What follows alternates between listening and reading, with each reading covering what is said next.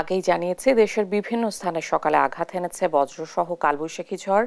পিরোজপুর সদরে গাছ চাপায় এক নারীর মৃত্যু হয়েছে। এ বিষয়ে আরো জানাতে পিরোজপুর থেকে সরাসরি যুক্ত হচ্ছেন সহকর্মী হাসিবুল হাসান।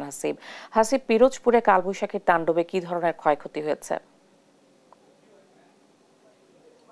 যেটা বলে রাখি যে আজ সকাল 9:30 থেকেই একটি কালবৈশাখী ঝড় পিরোজপুর শহর সহ পৌর এলাকায় এছাড়া বেশ কয়েকটি ইউনিয়নে ব্যাপক তাণ্ডব লীলা চলেছে এবং এই তাণ্ডব লীলার কারণে মোটামুটি পিরোজপুরের বেশ আধাবাঁকা ঘর সব প্রায় 500 ঘরের মতো ক্ষতি হয়েছে এবং প্রচুর পরিমাণে গাছপালা ভেঙে গেছে এবং এই গাছপালা ভেঙে পড়ার কারণে বিদ্যুৎ বিচ্ছিন্ন ইতিমধ্যে পিরোজপুর জেলা শহরের সকল এলাকায় এবং ইউনিয়ন পরিষদ সহ।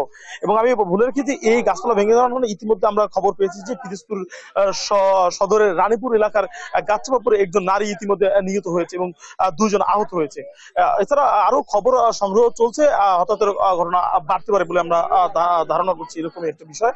এবং ঘর চাপার কারণে ঘর চাপা এবং রাস্তার উপরে গাছ পড়ে থাকার কারণে যান চলাচল অনেকটা বন্ধ ছিল। তবে ফায়ার সার্ভিস সহ প্রশাসনের বিভিন্ন স্তরের লোকজন রাস্তা পরিষ্কারের কাজ ইতিমধ্যে চালু করেছে। এবং আমি আরেকটি বিষয় বলে রাখি যে এই ঝড়ের কারণে ইতিমধ্যে কিন্তু বিদ্যুৎ সংযোগ বন্ধ রয়েছে। এছাড়া ইন্টারনেটের সেবা ব্যাহত হচ্ছে, মোবাইল নেটওয়ার্কের প্রচুর পরিমাণে সমস্যা হচ্ছে মানুষের এই বিদ্যুৎ না থাকার কারণে। এবং প্রশাসন থেকে বলা হচ্ছে যে তারা যাদের ক্ষয়ক্ষতি হয়েছে তাদের নিরূপণ করছেন এবং তাদের সহযোগিতার জন্য ইতিমধ্যে মাঠ প্রশাসন, জেলা প্রশাসন থেকে তারা নেমে পড়েছেন। একটি বিষয় বলে রাখি যে পিরোজপুরের বিদ্যুৎটা বাগেরহাট অঞ্চল থেকে আসে এবং এই কালবৈশাখী ঝড়ে বাগেরহাটের যে আমাদের যে 33 কেভি ভোল্টের লাইন, সেই লাইনের বেশ কিছু বিদ্যুতের খাম পড়ে যাওয়ার কারণে ইতিমধ্যে কিন্তু ব্যাপক সমস্যা হয়েছে।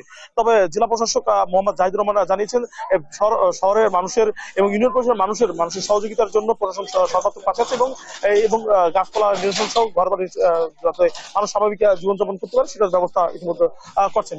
ইশিকা, এই ছিল আমার কাছে সর্বশেষ কালবৈশাখীর বিষয়।